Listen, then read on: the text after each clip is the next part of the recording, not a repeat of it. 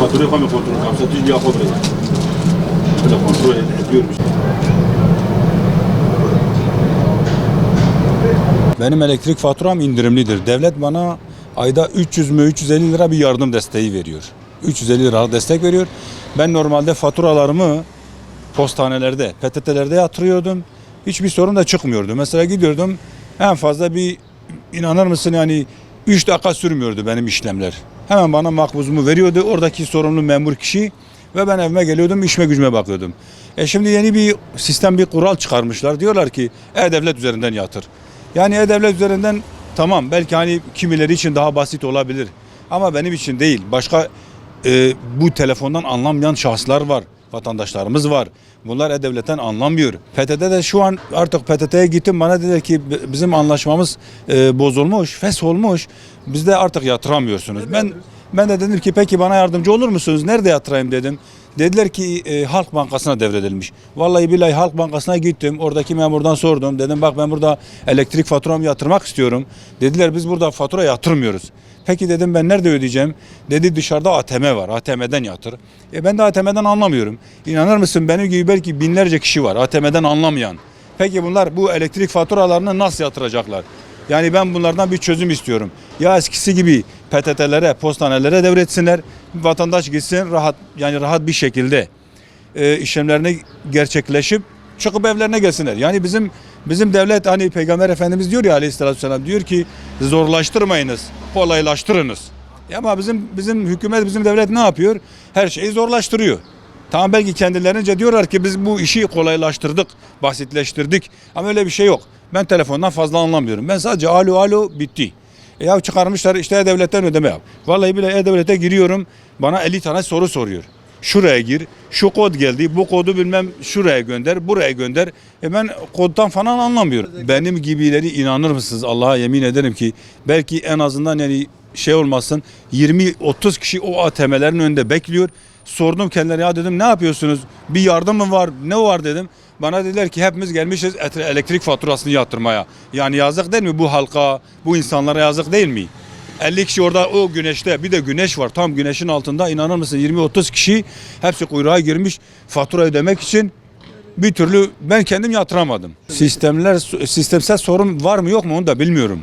Benim şu an istediğim devletse, hükümetse, belediyese, valilikse kimse benim istediğim yani kolay yapabileceğim, rahat yapabileceğim, elektriğimi, faturamı rahat yatırabileceğim bir şekil bana sunarlarsa ben onu istiyorum. Yani TEDAŞ'a gittim, müftülüğün yanında TEDAŞ var. Oraya gittim.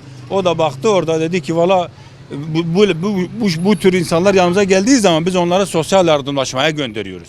Tamam dedim ben giderim oraya. O sıcakta kalkmışım oradan, o müftülüğün oradan, TEDAŞ'ın oradan kalkmışım. Sosyal yardımlaşma yerine kadar gittim. Onlar da bakıyor diyor ki tamam senin yardımın var diyor. Senin elektrik yardımın var.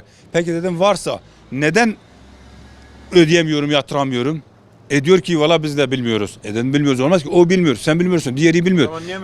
Herkes bilmiyorsa ben neyi bileceğim o zaman? Yetkililerden çağrımız bizim işlerimizi rahatlatsınlar, kolaylaştırsınlar, zorlaştırmasınlar. Ama bu sistemdeki bu fatura düzeni halkımızı çok zorlaştırıyor. Halkımızı zorlaştığı gibi zamanlarını alıyorlar. Yani zedeliyorlar. Halkımız zedeleniyor fatura konusunda. Bekliyor. Orada ya işini yapıyor ya yapmıyor.